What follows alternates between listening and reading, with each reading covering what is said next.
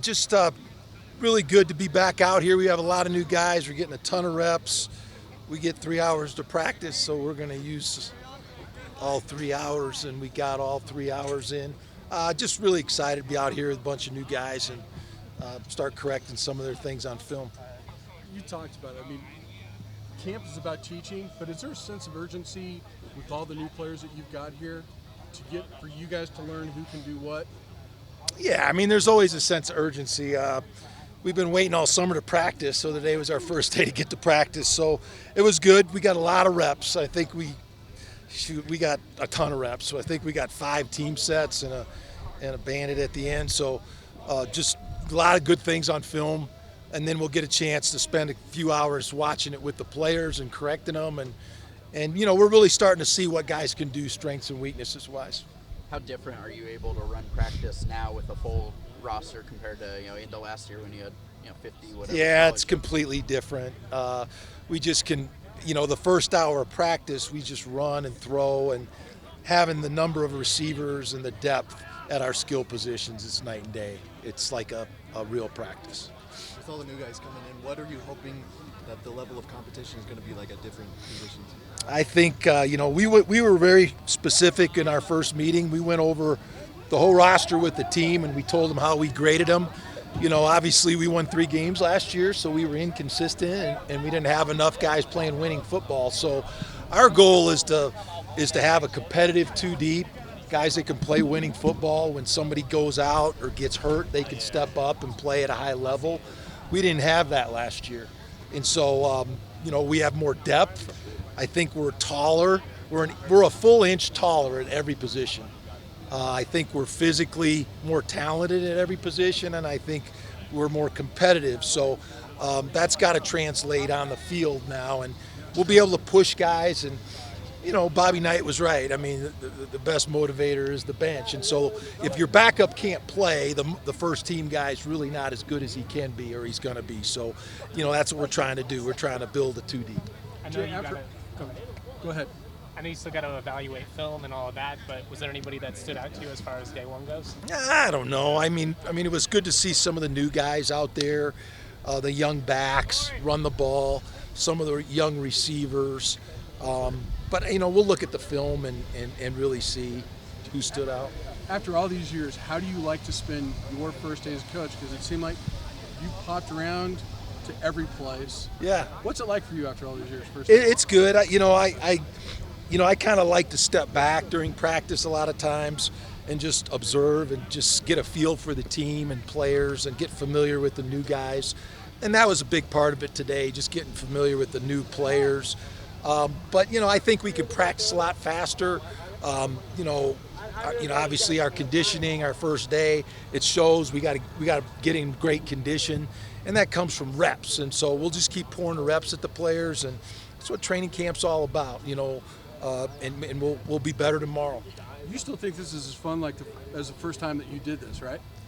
I think I'm very blessed. I think my lucky stars every year at this time that I get to coach football. And so training camp, it's like a new beginning every year.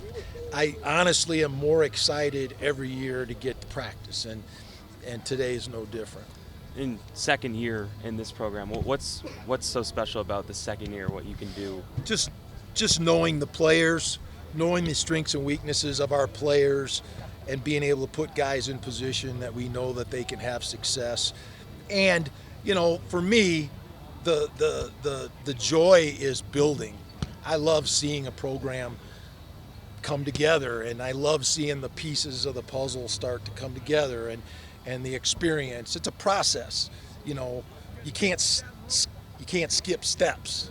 You have to recruit, then you have to develop, and when you have holes in your roster, you got to fill them. And sometimes you got to, we talked a lot yesterday, good players come from being in tough situations and sometimes losing and learning from that and being better for it. And I think we have a lot of guys that are better because of what we went through last year. And we'll meet a more battle-tested group this year when we take the field and we fight against experienced teams. And the blue shirt is back. I mean, how exciting is it just for you to continue that culture and into this? Yeah, it's time to go to work. When I wear the blue shirt, it's time to practice. So.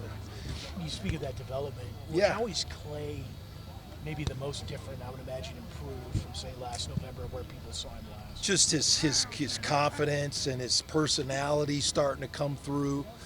And, sometimes when you're young, your personality doesn't show. He's a different guy that way now. You can feel his leadership and his personality. I relay it a lot to Carson, but Carson's first year, he was like Clay. His second year, he really blossomed and started taking advantage of his playmakers. So I just think Clay has huge upside. The improvement of the line and the improvement of the receivers are going to show a big improvement in his play as well. What is that personality like? Is he cracking jokes? He's starting to crack a joke or two. Yeah.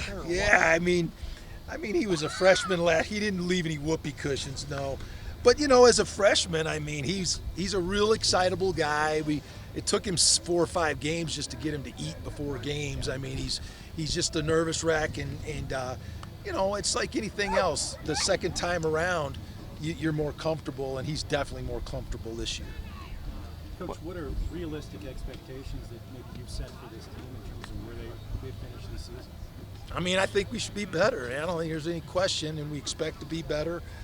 I think we're better at every position, so I'll let you guys figure that out. What's your challenge to Torrey this year? Torrey's challenge is to be an NFL draft pick. That's his challenge. He's an all-conference player. We categorize players, NFL draft picks, all-conference players, guys that play solid winning football, starters that are inconsistent that need to be replaced or improved. And Torrey's an all-conference player that should be a draft pick. I mean, he should be like a Trey McBride or a Romeo Dubs, the guys that play, that's an elite player at his position around the country, and he's got to play dominant now. Same thing with Jack Howell, same thing with Mo Camara, same thing with Jacob Gardner. I think those guys are some of the best players at their positions in our league, and now they got to try to separate themselves and be some of the best players at their positions in the country.